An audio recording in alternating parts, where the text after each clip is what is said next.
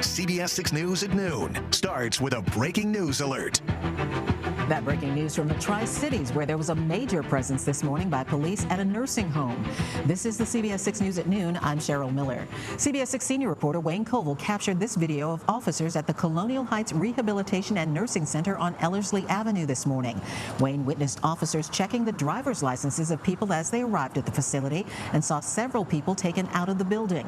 A police van later left the parking lot and drove to police headquarters, where Wayne witnessed a number of people being taken out of the van wearing flex handcuffs. CBS 6 has previously reported on the same nursing home. In July, we told you that following one of our investigations, the Virginia Department of Health's Office of Licensure and Certification launched a probe and ultimately found 4 instances where the facility violated federal rules. We're currently working to learn more about the nature of this morning's police activity at the Colonial Heights Rehabilitation and Nursing Center, and we'll bring you updates online and on air as we get them. Multiple employees at the Colonial Heights Rehabilitation and Nursing Center have been arrested with charges ranging from abuse and neglect of vulnerable adults to falsifying patient records. Thanks for joining us here at 6. I'm Julie Bragg. And I'm Bill Fitzgerald. In just a bit, our Melissa Hippolyte will share what she's uncovered over the past several months about that facility.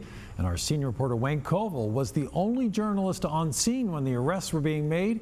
He joins us live now from Colonial Heights. Wayne? Bill, the director of this facility, and a nurse are behind bars tonight without bond, and they are just 2 of the 18 employees that police have warrants for, and more charges are possible after a patient here was transferred to a hospital and died. Colonial Heights police and officials with multiple state agencies descended upon the Colonial Heights Rehabilitation and Nursing Center Wednesday morning.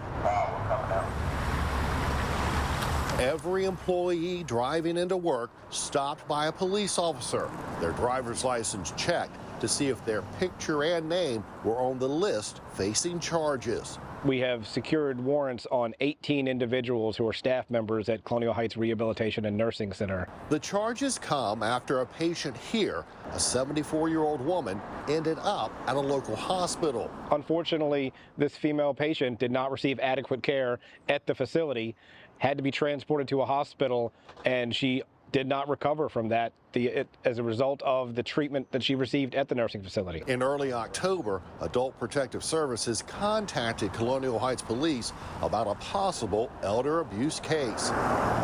Multiple local and state agencies began investigating the facility, including the State Attorney General's Elder Abuse Task Force, who were on hand Wednesday morning as arrests were being made. Ranging from nursing staff all the way to the director of the facility. Both felony and misdemeanor charges include abuse of adults who are in a vulnerable situation, falsifying patient records, and obstruction of justice. Some employees facing multiple charges. A nurse who's being charged with 5 counts of misdemeanor, falsifying patient records. CBS 6 cameras also capture bags of evidence being taken from the facility Wednesday morning. During the investigation, our investigators, as well as investigators with the Elder Abuse Task Force, have secured and served multiple search warrants on the facility in order to obtain medical records and other records associated with this crime. In a statement to CBS 6, Delegate Mike Cherry says the Virginia Department of Health has staff on the ground to ensure that all residents are receiving proper care and will remain involved to ensure that the proper individuals are placed in leadership positions moving forward. This afternoon, the facility released this statement to CBS 6. We are aware of the events that happened today and are cooperating fully with law enforcement. Colonial Heights police tell me they are still working to make all 18 arrests. So far, 7 people have been taken into custody. Police are also asking for the public's help. If you've had friends or family in this facility and have seen similar situations to the one that we've described tonight, they ask that you give them a call. In Colonial Heights, Wayne Koval, CBS 6 News. Thank you, Wayne. And our Melissa Hippolyte has reported on that facility several times in the past. Tonight, she's sharing what her investigations have uncovered and how they led to action by the Virginia Department of Health. This definitely isn't the first time we have reported on issues with this facility. In July, we told you the Virginia Department of Health cited the Colonial Heights Rehabilitation and Nursing Center for violating federal rules after our investigation into an attack on a social worker by a resident. Now, after that report, VDH says they visited the facility in August of 2024 to investigate 9 different complaints.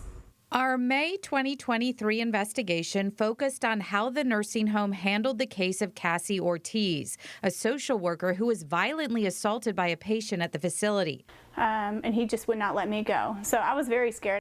While the facility provides short-term rehab and long-term care, Ortiz said when she was there, more than 20 psych patients lived on site. Our job is to not manage psychiatric patients. We're not equipped to do that.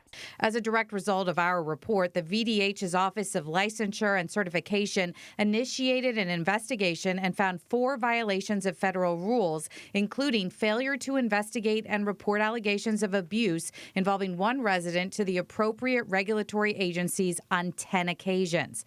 A month and a half after their inspection, VDH followed up with the center to ensure they fixed the problems.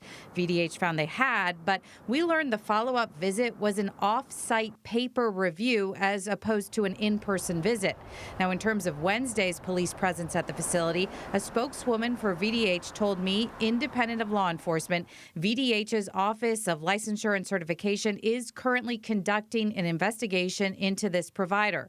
Due to the ongoing criminal investigation, VDH cannot comment further on this matter at this time.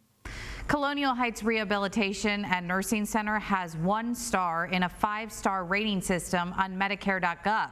Their staffing rating is also a 1 out of 5. The number of time a nurse is able to spend with a patient there is far lower than the national average. Nurse turnover rates are also far higher than the national average. I'm Melissa Hippolyte for CBS 6.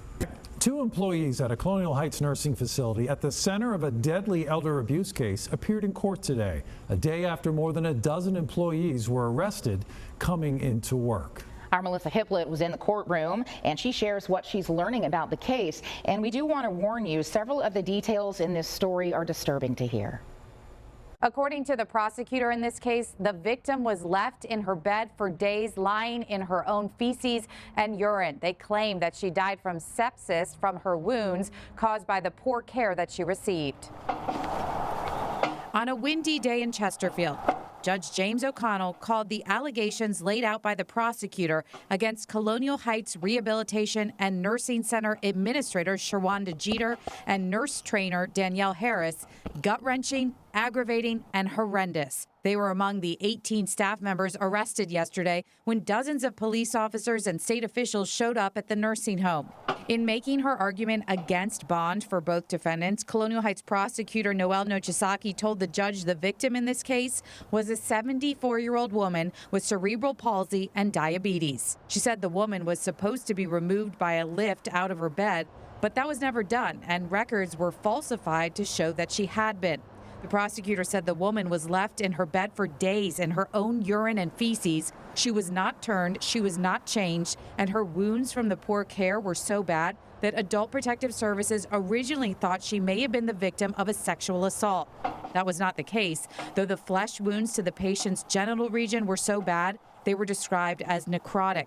I personally viewed the pictures of the wounds that were shown to the judge. Wounds that were so severe, investigators say they caused the sepsis, which ultimately killed the patient. Shawanda Jeter, who runs the facility, is facing some of the most serious charges in this case. In addition to abuse and neglect charges, prosecutors say she hired nursing staff with barrier crimes on their record, to include malicious wounding and domestic assault. When detectives executed a search warrant at the facility on November 4th, Nochisaki said Jeter tried to prevent them from executing the search warrant, lied to them that she didn't know how to get into the system, and attempted to destroy evidence. As for Danielle Harris, the prosecutor said the registered nurse was in charge of training at the facility, but she said Harris failed to provide adequate training to staff, which led to the victim's injuries. Judge O'Connell ended up granting each woman a $10,000 bond, but on the condition that they cannot provide any medical care to the public or return to the facility pending the conclusion of the case. I tried to ask Jeter's family if they had anything they wanted to say on her behalf,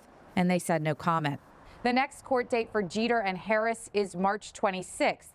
A third defendant in this case, who was also charged with a felony, Shakina Brewer, is set to be arraigned tomorrow. In Chesterfield, I'm Melissa Hippolyte for CBS 6. The concerns are coming just one day after a number of staff members were arrested for charges ranging from felony elder abuse to falsifying patient records. Our Maggie Marshall joins us in the studio with what we're learning families are being told is happening at the facility and how lawmakers are getting involved. Maggie? Well, Julie, a family member tells me they did not hear anything from the Colonial Heights Rehabilitation and Nursing Center until noon today. That's more than 24 hours after police brought charges against 18 staff members. But they say that communication was so brief that it's leaving them with more questions than answers about their loved one's care. It's been just over a day since this Colonial Heights Care Center for seniors looked like a crime scene, as police swarmed the facility collecting evidence and bringing charges against more than a dozen staff. The arrests come after a potential elder abuse complaint was made in October. Police say a 74-year-old patient was hospitalized and ultimately died due to inadequate care received at the facility. It's concerning. I'm a wreck. I'm nervous. I'm shaking. I didn't sleep well at all last night. I feel like a walking zombie today. The mother of a resident is speaking to CBS 6 anonymously out of fear of retaliation. She says she learned of the situation not from staff, but from the news. We're left in the dark. You know, it's a lot of people there, a lot of families involved, and this is major news. It wasn't until noon Wednesday when she says Colonial Heights Rehabilitation and Nursing Center left families a 30-second robocall. And very minimal information. That information was that they were cooperating with police and were aware of what was happening. But no details were given about what staffing would look like with the 18 employees facing charges from elder abuse to falsifying patient records. Looking around and knowing what the staffing looked like prior to yesterday's incident, oh, I'm more than concerned. What percentage of the total amount of employees is that? More detailed, what the families can expect. The staff facing charges includes one employee she says took care of her loved one. I want to know if that person is going to be allowed to resume their employment there. CBS 6 took those concerns to the PR agency representing the owners of the facility. They shared that, quote, "We are not at liberty to discuss anything as this investigation is ongoing. We are focused, as always, on the care of our residents." Facilities like this are instructed to follow the operations manual from the Centers for Medicare and Medicaid Service. It says there is no specific investigation process facilities must follow, but says the facility must thoroughly collect evidence so leaders can determine what actions are necessary for the protections of residents. The manual says facilities must put immediate measures in place to prevent abuse and neglect while the investigation continues, and lists unannounced management visits, immediate notification of family or doctors, and the removal of alleged perpetrators as steps that can be taken. The guide says facilities must take appropriate corrective action to protect residents and determine whether more systemic actions may be necessary to prevent the reoccurrence of the situation if a violation is verified. The Virginia Department of Health says staffing levels have not been affected.